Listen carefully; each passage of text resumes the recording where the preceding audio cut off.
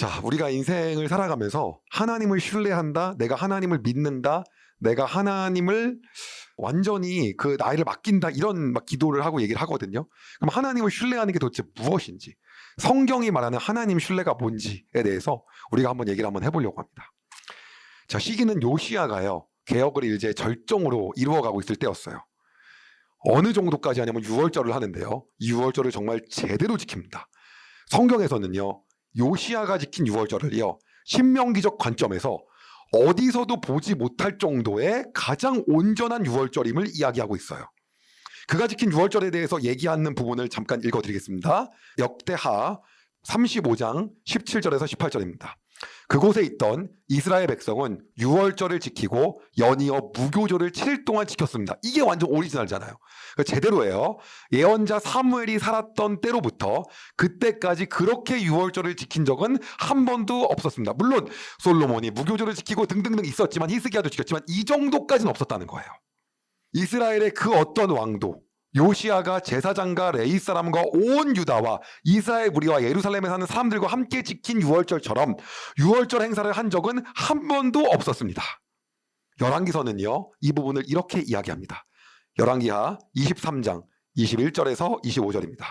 왕이 모든 백성에게 명령했습니다. 언약의 책에 적혀 있는 대로 여러분의 하나님 여호와를 위해 6월절을 지키시오. 사사들이 이스라엘을 다스리던 때부터 이스라엘과 유다의 왕들이 나라를 다스리던 때까지 6월절을 지킨 적은 한 번도 없었습니다. 요시야가 왕으로 있은 지 18년째 되던 해에 예루살렘에서 여호와께 6월절을 지켰습니다. 요시야는 유다 땅과 예루살렘에 있는 무당과 점쟁이와 집 귀신과 우상들과 온갖 역겨운 신들을 없애버렸습니다. 이렇게 하여 그는 제사장 hil기야가 여호와의 성전에서 발견한 율법책에 적혀있는 대로 말씀을 지켰습니다. 요시야와 같은 왕은 전에도 없었고 그 뒤에도 없었습니다. 그는 마음과 정성과 힘을 다하여 여호와를 섬겼습니다. 그리고 모세의 가르침을 다 지켰습니다. 가장 비판적으로 쓴 열왕기서도 이렇게 요시야 왕을 얘기하고 있습니다. 그러나 유다와 이스라엘이 지은 죄는 너무나도 컸어요. 하나님의 자비하심과 긍휼하심을 받아 요시야 왕이 본인이 죽고 나서 재앙을 일어날 거고, 본인이 살아있을 때는 재앙을 보지는 못할 것이었지만 그럼에도 재앙을 피해갈 수는 없었어요. 열왕기하 23장 27절입니다. 여호와께서 말씀하셨습니다. 내가 이스라엘을 없앴듯이 유다도 내 눈앞에서 없애겠다. 그리고 내가 선택한 이 성 예루살렘과 내가 그곳에 내 이름을 두겠다라고 말했던 이 성전도 내버리고 말겠다. 그럼에도 불구하고요, 하나님을 향하여 마지막까지 발버둥친 이 요시야 왕의 개혁에 대해서는요, 우리가 다시 한번 점검을 하고 한번 볼 필요가 있습니다. 어떻게 요시야가 개혁을 했고, 당시의 요시야의 개혁에 대해서 우리가 어떻게 한번 볼 필요가 있는지. 먼저는요, 국방과 외교적인 측면에서 한번 봐야 돼요. 외교적인 측면에서 요시야의 개혁을 보면요, 당시에 여러분 아시는 것처럼요, 바벨론이 막 이제 신바벨로니아가 득세를 하면서 아시리아가 굉장히 쪼그라들기 시작합니다. 그러다 보니까 반아시리아의 기지를 내걸고 요시야가 개혁을 할 수 있는 그러한 토대가 마련이 된 거였어요. 그래서 사실상 요시야가 막 우상을 버리고 철폐하고 아세라를 버리고 해 달신 버리고, 이걸 뭘 얘기하는 거냐면, 그것이 의미하는 건 우리는 반아시리아다, 우리는 아시리아에 대해서 이제 지금부터는 반아시리아로 간다라는 것을 선언하는 것과 같은 거였어요. 그게 외교적인 부분이었어요. 그리고 시대상으로도 이 개혁에 속도를 낼 수 있게끔 시대가 이루어진 거였죠. 두 번째, 사회적인 측면은요, 당시에 엄청나게 타락하고 부패하고 막 그러잖아요. 근데 그것까지도요, 사회의 정의를 실현시키기 위해서 요시야가 최선을 다합니다. 그리고 원하는 만큼 미치지 못했어도요, 그것까지 해보려고 합니다. 그리고 경제적인 측면이 있는데요, 경제적인 측면이 종교적인 측면과 연결이 되는데, 산당을 폐지하잖아요. 근데 산당을 폐지하는 건 거의 어떤 거냐면, 당시에 이거를요, 이제 성경이 아니라 그냥 역사로 보는 사람들은요, 완전히 요시야가 예전 복고풍으로 돌아갔다고 봐요. 그래서 예전 방식의 신앙으로 돌아갔다라고 봅니다. 근데 우리는 이게 정상이라고 생각하지만 그렇게 안 봅니다. 근데 그런 관점으로 볼 때는요, 이게 어떤 개념이 있냐면, 산당을 폐지한 게 완전 당시 문화를 아예 없앤 거예요. 문화를 아예 싹 그 문화를 뜯어고친 거고, 그러면서 경제적인 어떤 부분이 있었냐면, 헌금을 하잖아요. 그 헌금이 산당으로 가는 게 아니라 중앙인 예루살렘으로 다 들어옵니다. 그러니까 이거는 경제적인 부분의 개혁도 된 거예요. 그러다 보니까 여러 정책들을 화끈하게 밀어붙일 수 있는 이런 상황이 된 거죠. 그리고 백성들이 이제 정체성을 회복한 거예요. 아, 우리가 이런 백성이었구나. 근데 문제는요, 한계가 있었어요. 어떤 한계가 있었냐면, 이렇게 개혁을 했고 온전히 돌아갔으니 남유다 백성 마음속에는요, 이제 하나님이 우리를 버리지 않는다. 이제 됐다. 이제 우리는 재앙 가운데 빠지지 않을 거라는 마음이 백성들 안에 생기기 시작했어요. 그러다 보니까 다시금 나태해집니다. 네, 나태해지면서 다시금 부패와 타락으로 들어가기 시작해요. 왜? 이제 우리는 문제 없어. 탄탄해졌어. 하나님이 다 지킬 거야. 그리고 마음속에는 어떠한 개념도 있냐면, 이제는 만약에 누구가 우리를 둘러싸더라도 히스기야의 하나님이 아수르 18만 5천 명을 물리치는 것처럼 그렇게 무찌른 그러한 역사가 또 일어날 거야. 왜? 우리가 하나님 앞에 온전히 섰으니까 라는 생각들이 들어가기 시작하는 거예요. 그러니까는 태평 여유만만. 근데 그때 그 시기에 하나님이 선지자를 보내요. 근데 그 선지자가 해야 될 말은 그 분위기 안에서, 맞아, 이제 우리는 다시 살아났어, 하나님이 우리를 지킬 거야, 이런 말을 해야 멋있잖아요. 그래야 지지율도 올라가고. 근데 너네 망해. 미안하지만 그래도 너네 포로로 끌려가. 얼마나 힘들겠어요. 여러분한테 그 선지자를 소개하려고 합니다. 그 선지자가 바로 눈물의 선지자 예레미야예요. 잠깐 여기를 보겠습니다. 누가 나옵니까? 예레미야 선지자가 나와요. 이 시기에요. 그러면서 너희 망한다는 얘기를 해야 되는 거예요. 그게 얼마나 힘들겠습니까? 그 예레미야에게 하나님이 찾아오십니다. 일단 예레미야에 대해서 소개한 내용을 잠깐 읽어드리겠습니다. 예레미야 1장 1절에서 3절입니다. 이것은 베냐민 땅 아나돗에 살던 제사장 가문 hil기야의 아들 예레미야가 한 말입니다. 여기 hil기야는 그 대제사장 hil기야 아닙니다. 아몬의 아들 요시야가 유다의 왕이 되어 13년째 다스리고 있을 때, 즉 요시야 왕일 때 얘기하는 겁니다.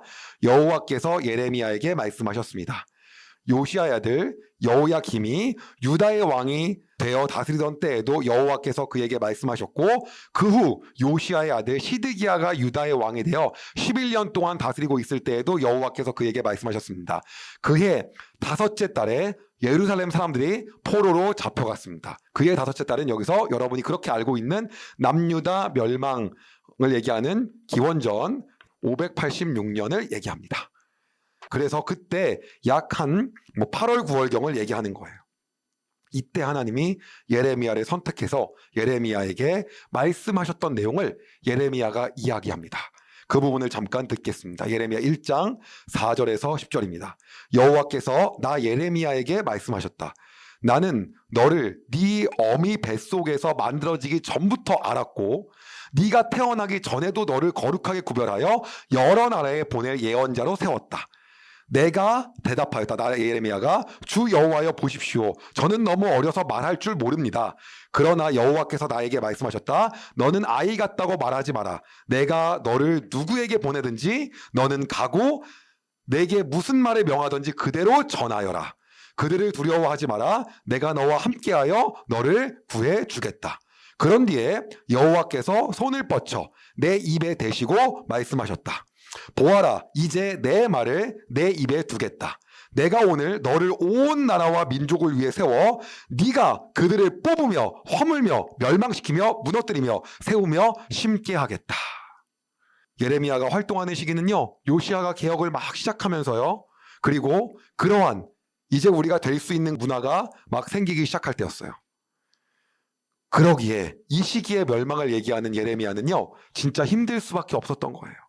그런 예레미야에게 앞으로 있을 일이 진짜 힘들 거지만 내가 너를 그 예언을 하고 선지자의 활동을 할 수 있게 만들어줄 테니까 걱정 말라고 예레미야에게 말씀하셨어요. 예레미야 1장 16절에서 19절입니다.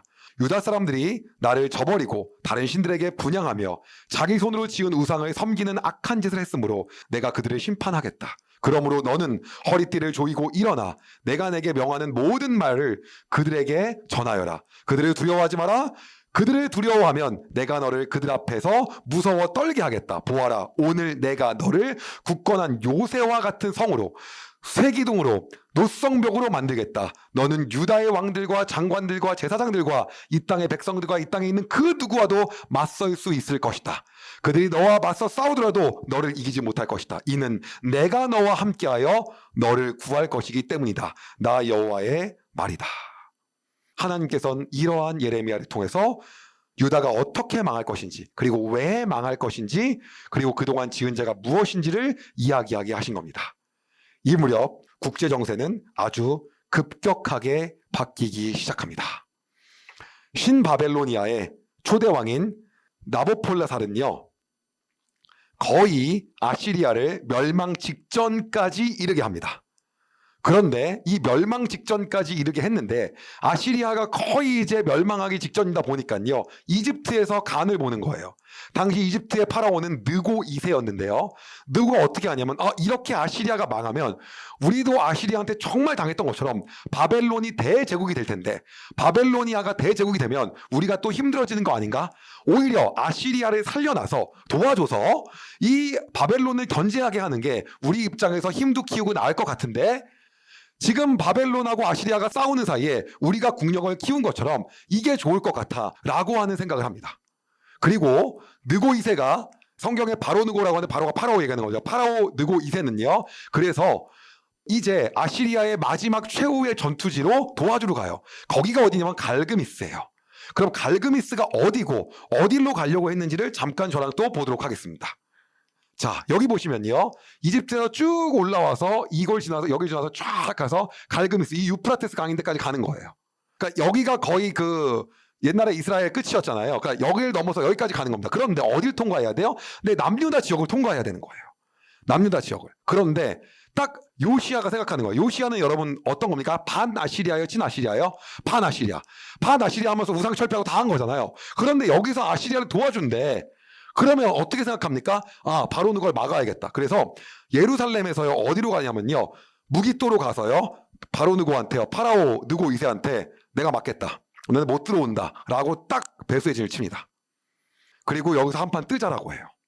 성경은요, 이 부분을 계속해서 조명해요. 그런데 하나님은요, 그냥 비켜주길 원했어요. 그냥 비켜주고 얘네 싸우게 해라. 그런데 아무리 가도 이거는 정통성의 말이 안 되는 거예요. 그래서 이 부분을 성경은 이렇게 이야기하고 있습니다. 역대하 35장 20절에서 24절입니다. 요시아가 성전을 위해 이 모든 일을 한 후에 이집트의 느고 왕이 갈그미스를 치려고 군대를 이끌고 왔습니다. 갈그미스는 유프라테스 강가에 있는 마을입니다. 요시아는 느고와 맞서 싸우러 나갔습니다. 그러자 느고가 요시아에게 사람들을 보내어 말했습니다. 요시아 왕이여, 그대와 나는 싸울 이유가 없소. 나는 내 원수와 싸우러 온 것뿐이지 그대와 싸우러 온 것이 아니오. 하나님은 나더러 서두르라고 하셨소. 하나님은 내 편이시오. 이거 파라오가 하는 말이에요. 그러니 하나님과 싸우려 들지 마시오. 그랬다가는 하나님께서 그대를 멸망시킬 것이오. 그러나 요시아는 되돌아가지 않았습니다. 요시아는 아무도 알아보지 못하게 변장을 했습니다. 요시아는 느고가 하나님의 명령을 받아 한 말을 듣지 않았습니다. 그러니까 하나님 이걸 원하시지 않았던 거죠. 싸우기를. 요시아는 무기또 골짜기로 싸우러 나갔습니다. 싸움을 하다가 요시아 왕은 화살에 맞았습니다. 요시아가 자기 신하들에게 말했습니다. 나를 다른 곳으로 데려가 다오. 내가 심하게 부상당했다. 그래서 신하들이 요시아를 들어 전차에서 내린 다음 요시아가 전쟁터에 가져온 다른 전차에 옮겨 태워서 예루살렘으로 데려갔습니다. 요시아는 예루살렘에서 죽었습니다. 요시아는 그들의 조상이 묻힌 무덤에 묻혔습니다. 온 유다와 예루살렘 백성이 요시아의 죽음을 슬퍼했습니다. 이게 너무나도 마음 아픈, 가슴 아픈 장면이에요. 그리고 그 무기또를 뚫고 갈그미스로 향해 이집트의 대병은 진출을 했고요. 그리고 남유다 백성들은 요시아의 아들인 여호아하스를요 다음의 왕으로 세웠습니다. 그리고 그들은요 갈그미스에서 신바벨로니아 그리고 바로느고인 파라오가 나보팔산과 파라오가 전투하는 장면을 지켜봐야 했습니다.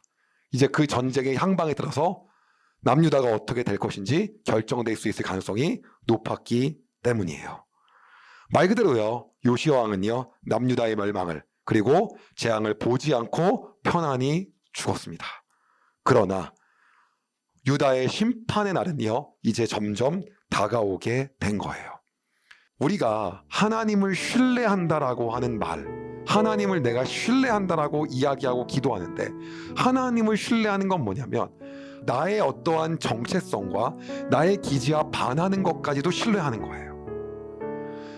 이 반아시리아의 명분으로 우상을 다 없앴는데 이거 여기서 또 아시리아를 도와준다는 건 너무 본인의 삶의 기조와 안 맞는 거잖아요. 여러분, 또 제가 CEO 얘기해서 죄송한데요, 이관적으로 묵상할 수밖에 없었다는 것을 다시 한번 양해를 구하면서 이야기를 드리면, CEO가 가장 하지 말아야 될 게 뭐냐면요, 우리는 이 회사를 이 기조로 간다 라고 얘기합니다. 그리고 그렇게 모든 직원들과 임원들과 회사 임직원들이 그 방향을 향해 가면서 우리가 이 기조로 갈 것이다 라고 얘기하는데, 거기서 말을 바꾸는 순간 신뢰를 잊어버려요. 그 다음부터 이 사람의 말을 듣지 않습니다. 그리고 우리가 그동안 했던 건 모든 것 뻘짓이라고 생각합니다. 그렇기 때문에 그 방향을 트는 거는요, 우리가 여기로 가자라고 하는 것보다 수고가 3배, 4배, 5배가 더 듭니다. 그렇기 때문에 그거는요, 너무 쉬운 말이 아니며 절대로 바꿔서도 안 되는 말입니다. 그런데 국가의 문화를 바꾼다, 국가의 방향을 다시 바꾼다, 본인이 했던 어떠한 기지와 기조를 다시 바꾼다, 이것은 요시야에게 어쩌면 너무나도 어려웠던 일이었을 거예요. 근데 우리가 하나님을 신뢰한다는 건 그것까지 하는 겁니다. 우리가 하나님을 신뢰한다는 건 나의 정체성까지도 내려놓는 거예요. 그게 하나님을 신뢰하는 거예요. 마지막으로 제가 이 얘기하고 마무리를 하도록 하겠습니다. 되게 제가 회사를 운영할 때 재정에 대해서 굉장히 투명하고 합리적이고 이성적으로 운영을 했었어요. 근데 제가 이전에 학원을 운영할 때는 공책을 돌려서 홍보를 했거든요. 그런데 저희 아버지께서 친한 안수 집사님이 있는데, 이분이 공책을 찍는 일을 하는데 이분이 돈 좀 벌게 이분으로 하여금 디자인도 맡기고 찍게 하면 어떻겠냐는 거예요. 그래서 제가 다른 데보다 싸고 좋게만 해준다면야 못 해줄 게 뭐가 있냐 라고 하고, 우리가 중간에 들어가는 종이는 어떤 종이, 가운데 들어가는 어떤 종이를 다 사양을 얘기해서 드렸어요. 그래서 공책이요 한 10만 권이 넘게 찍혀서 왔는데 공책이 우리가 말한 용지로 오지 않은 거예요. 거의 갱지 수준으로 왔어요. 갱지, 우리 어렸을 때. 그렇기 때문에 글자가 잘 보이지도 않고 이 감도 너무 안 좋은, 너무 싸구려처럼 보이는 공책이 돼버린 거예요. 이런 경우에 그동안의 원칙은요, 왜냐, 임원들이 이렇게 잘못했다면 바꿔와, 네가 책임져, 이게 회사잖아요. 그게 방향이고 너무 당연한 거고, 왜, 그거는 본인이 똑바로 일을 못한 거기 때문에. 근데 제가 그 실수를 하게 된 거예요. 그럼 저는 거기서 만약 제가 이것을 받아들이게 된다면 저한테만 예외를 두고 사람들한테 그렇게 못하는 말이 되는 거예요. 제가 기도하기 시작했어요. 근데 하나님이 그거 내려놓고 그냥 그거 받아서 충분히 돈 준다는 것만큼 주고 그거 가지고 공책 돌라는 거예요. 결과는 내가 알아서 할 테니. 그럼 그동안 제가 가지고 있는 정체성과 방향성은요, 그거는 이 사람 너무 불쌍하고 힘든 사람이니까 우리가 도와주자는 마음으로 저보고 설득하라는 거예요. 저는 제가 원한 결과도 안 나오고요, 돈도 잃고요, 방향성과 가오도 다 상해버렸고요, 그리고 설득까지 해야 되는 상황에 처했어요. 그리고 그거를 했어요, 일일이. 그리고 그 공책을 뿌렸습니다. 학생들이 얘기해요. 왜 퀄리티가 이렇게 안 좋아졌어? 하나님을 신뢰하는 건 어떤 거냐면요, 하나님을 신뢰하는 거는 우리의 정체성까지도 내려놓는 거, 그게 우리가 하나님을 신뢰하는 거. 우리의 삶 가운데 하나님 그렇게 말씀하실 때 여러분 그게 반응하는 삶 살기 소망합니다. 제가 기도하겠습니다. 하나님, 우리는 하나님을 신뢰하는 삶을 살길 소망합니다. 그리고 하나님이 계획하신 그 계획을 따라가는 삶을 살고 싶습니다. 하나님 말씀하실 때 순종하는 삶을 살길 소망합니다. 하나님, 그러기에 하나님 말씀하실 때 우리가 살아왔던 방식, 우리가 생각했던 구조, 우리가 원했던 모든 방향의 틀을 하나님 말씀하신다면 그것까지도 꺾고 싶습니다. 그리고 그것까지도 우리가 다 내려놓고 싶습니다. 그것까지도 우리가 다 뭉개버리고 싶습니다. 오직 하나님께서 원하시는 그 방향대로 가기를 소망합니다. 우리가 진정으로 하나님을 신뢰하는 삶을 살고 싶습니다. 우리 안에 그 마음을 부어주시옵소서. 자존심이 상할 때 하나님을 신뢰하는 것이 먼저인 것이 가득 찰 수 있도록 성령님 우리를 도와주시옵소서. 매 순간 가운데 우리를 그 싸움 가운데서 이길 수 있게 성령께서 함께하여 주시옵소서. 오늘도 당신을 신뢰하며 예수 그리스도의 이름으로 기도드립니다. 아멘. 여러분, 은혜 많이 받으셨나요?